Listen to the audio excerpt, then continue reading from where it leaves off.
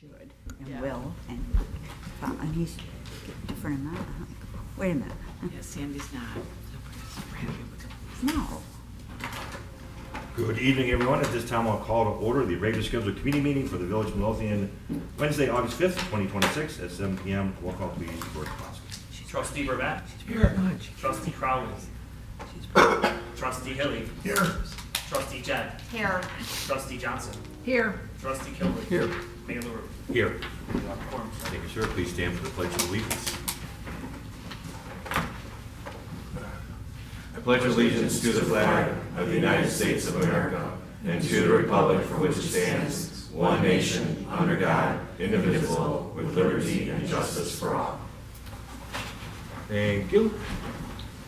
Well, we have the pleasure of having Engineer David Plata here to give us a presentation on the Midlothian Metro Station Access Improvement Project. David. Thank you, Mayor. So I'm going to try to make this quick. I don't want to overcomplicate this project. But you The reason I wanted to do this is there's two reasons. One is the project planning for this has been over a long period of time where there have been kind of multiple starts and stops, mostly related to the funding. The other reason is this is a very public part of the village, and I just want to make sure there are no surprises once it is bid and it goes into construction and everybody's on the same page on what the improvements actually are. So there's two different grants actually that fund this project. One is a federal grant for congestion mitigation and air quality. The other one comes from the Regional Transit Authority. They're kind of the parent government agency for Metra, PACE, and CTA. So the start of the project is right outside of Village Hall over here in the rain garden. It's going to connect up to the sidewalk on Pulaski Road. So if you flip the plan sheet, the first flip, I would say is the most critical one, because it shows on the, you flip long ways to keep it in order. So it shows the alignment of the sidewalk through the rain garden part, and then other than that, it's pretty straightforward all the way along Midlothian Creek over here, connects up to the existing platform that crosses over to the Metro tracks. So, the other thing to take note of here is the very dark shading is your normal sidewalk shading, and then the very light part that's closer to Pulaski Road, that is actually going to be permeable pavers. So we're going to try to make that look a little bit nicer, have it be, you know, a walking path, something that's aesthetically pleasing to the rain garden portion. I'll return to that in just a moment. So as you can see, it just winds through the rain garden, makes its way over to the platform. A couple more flips, and you will see at the very three more flips. The sheet is labeled sheet 21. This is an abbreviated version of the plans, by the way. The full thing is 44 sheets. So I tried to keep it information that you guys would possibly ask for. So pretty much everything that you would ever need is in there. That shows the location of the lights. There's going to be some pedestrian lighting involved with this project. They're the same lights that we have on 147th Street out here. They're the shorter black ones. So they're intended just for pedestrians. We're going to include 4 lights through the rain garden portion. We're not going to go further than that just because Public Works, the sidewalk goes behind Public Works. There's a floodlight back there to light up that area, and then also the Metro parking lot this way. That's very well lit. There's no reason for us to install more lighting over there. Other than that, your second little packet with the pictures, that's just to kind of help you guys picture where this thing is going to go. The bench is a really good reference point because it's shown on the plans. There's like a little rectangle near where the first curve is on the sidewalk. So you can see, I'm trying to avoid all the stuff that's in there, but still have it go through the rain garden and feel like it's integrated with what's going on around it. So the bench helps show in the 3 different pictures, you can kind of picture what's going on there. And then if you flip to and then there's 2 in here from the winter time, just to kind of show it's behind the back of curve, between Midlothian Creek and the Metro parking lot for the entire Metro parking lot over here, south of 127th Street. And then, very last pages shows the papers that I ticked out. This is the most controversial part, and the reason I wanted to make sure to show you guys what we're gonna be putting in, just so that way nobody's really upset with it when they wind up going in. I picked a tan paver because we do have kind of like a light tan paver going on at the south part of the VFW parking lot. There's no way I was gonna match that color exactly, but I tried to get pretty close. So that way it'll blend in with the surroundings. The first sheets for the pavers kind of shows the way they do the border. They call it a soldier course, the black bricks here. We'll do that too. So it'll be the tan pavers with the black border. These are some of the nicest pavers available, since most of the cost here is actually labor cost. We can get nice pavers. So they should be a real smooth finish, and the color should stay for quite a while. And that's really all I have to speak about. There are 4 permits required for this project. I just got the ID&R permit last week. Metro has approved it, so the agreement with Metro to build a sidewalk within their right-of-way is going to be coming before the board next week, which is why I wanted to explain what the project is and get everybody back up to speed. So that way there's no confusion. So the Metro agreement's going to come through, and then after that, there's going to be an agreement with IDOT to accept the grant funds. So once this goes, because it's federal funding, IDOT is managing everything, and I need to do submittals to them and keep up with all of their requirements. So once it's bid through IDOT's state letting process, actually technically, IDOT enters into a contract with the contractor. The village is still administering it, but the contractor is sending their invoices to IDOT, and then IDOT is invoicing the village. So those are kind of all the details there. Are there any questions? I don't like to grade. Yeah, I don't like the grade either. David, I have some questions as usual, unfortunately. How wide is the path? 6 foot. 6 foot all the way. 6 foot total? Mhm. Okay. And in other words, it goes, if I look at these pictures, it goes behind the bench to the creek? No, it's in front of the bench, actually. Is it in front of the bench? Yeah. Okay. Yeah, so the part that people sit on, they'll be looking at the pen. Oh, nice. That's good. Get off the pass today. Yeah. And it's gonna be permeable where? It's 100 feet of permeable pavers, from Pulaski. It comes over to the bench, curves, goes in front of the bench, and then a little bit past the bench, that's where it'll transition from pavers to concrete. Okay, So kind yeah, of next to that curve. There's the bench right there. Yeah. As Oh, it's, that's the bench right there. as it's exiting the rain garden, that's when it goes Okay. back to As it's, yes. concrete. And is it any funding from BCEO? Not for this one. Good. No, so the village Well- is, I know. You know, I you know. know, you know what I'm talking about. the village is technically responsible for 10% of the total project costs. And we're using MPP money for that. Great, thank you. I thought a ramp was going to be included at the station down there, the stairs. No. So it'll connect up directly to the platform. It will be kind of a ramp. It connects up at the top of the stairs there. So we're gonna actually remove 6 feet of railing, Okay. and then we're gonna weld in new posts, but that was a tricky thing to get Metro to approve, because I didn't wanna remove and replace the entire staircase and engineering. So I was able to get them to approve just cutting it and putting in new posts, so that way we're keeping the costs at a minimum to the village. And then we are gonna connect up to the parking lot, actually. If we go back to, 16? call it 16 and 15, that would be 2 flips.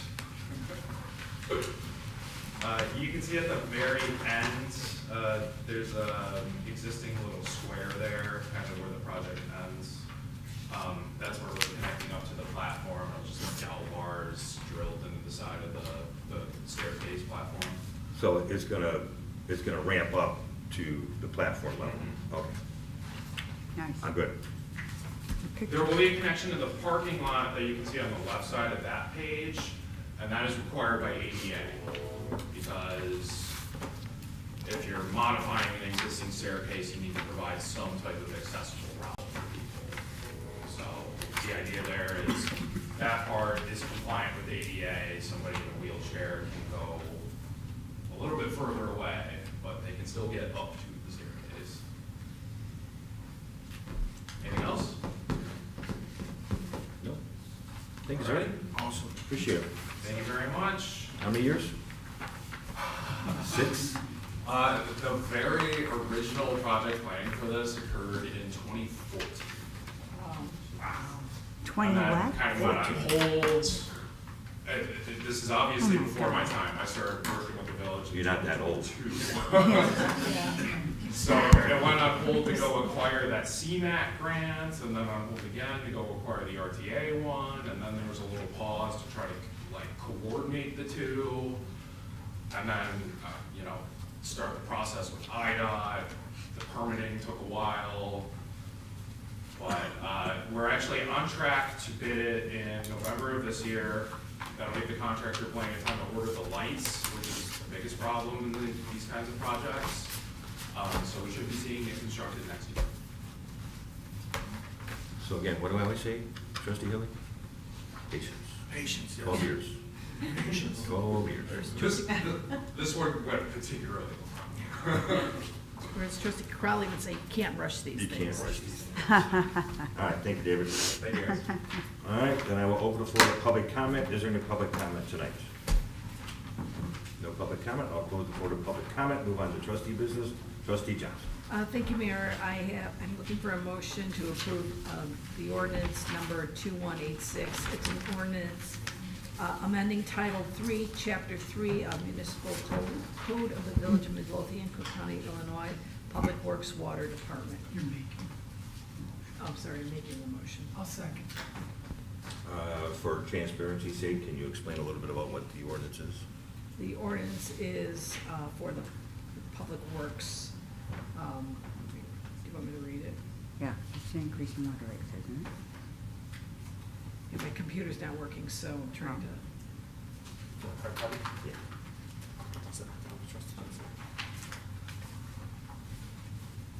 Want me to just read it? That's Please. okay. It's basically, municipal code governs the operation of the village's water works and sewer system.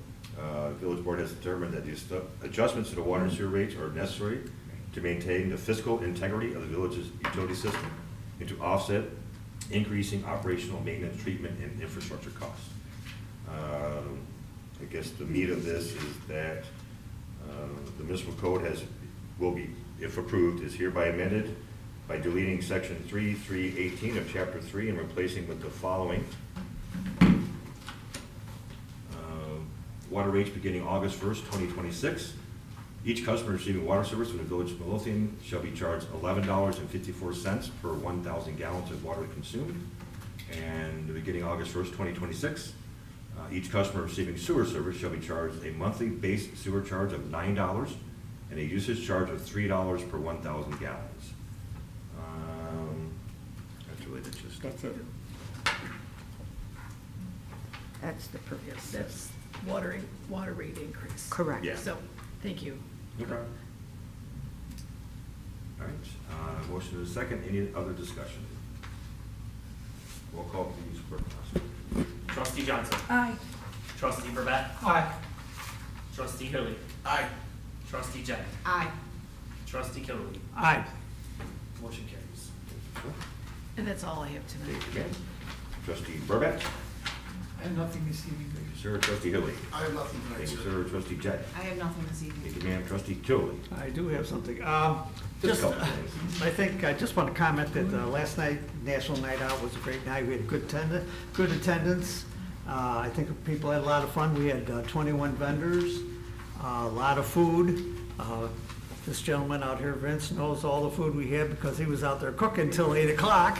And, you know, we could have done it. The police department did an awesome job getting this ready, and the committee policing safety committee also did an awesome job of getting this ready. And without that, this one that happened takes a lot of work. The committee policing committee started talking about this in March, so it takes a long time to get this ready.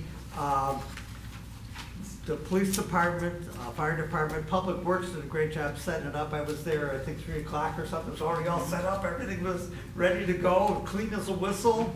And the takedown was really easy and perfect. And I want to thank the members of the committee. First of all, our leader, our trustee liaison, Sandy Crowley, who keeps us on track, makes sure that everybody knows their job, and make sure she coordinates with the police department and public works and everybody else to make sure that everybody's doing, working together on this. She always does a great job, and that's a big reason why it gets done. Absolutely. Without her, we'd be pretty well lost.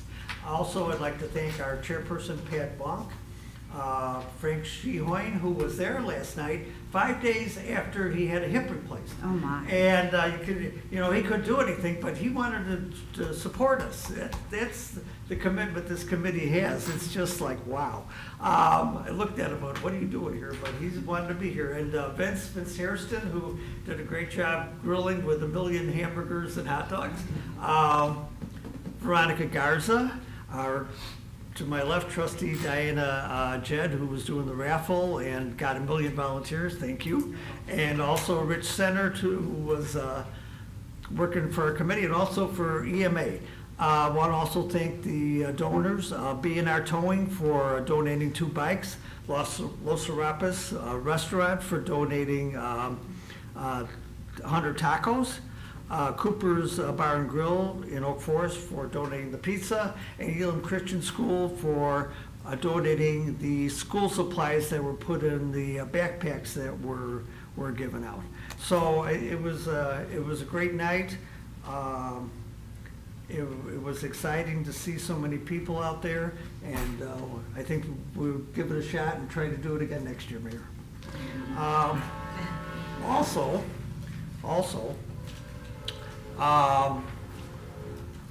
we have booked a textile recycler for the Scarecrow Festival. It's going to be a drive-through textile recycler in the Village Hall parking lot. And 95% of textiles can be recycled. So even if they're worn out, they take it apart, they take the threads apart and reuse the threads to make other textiles. So if you have clothes, most people donate them, but if they're worn out, don't throw them out.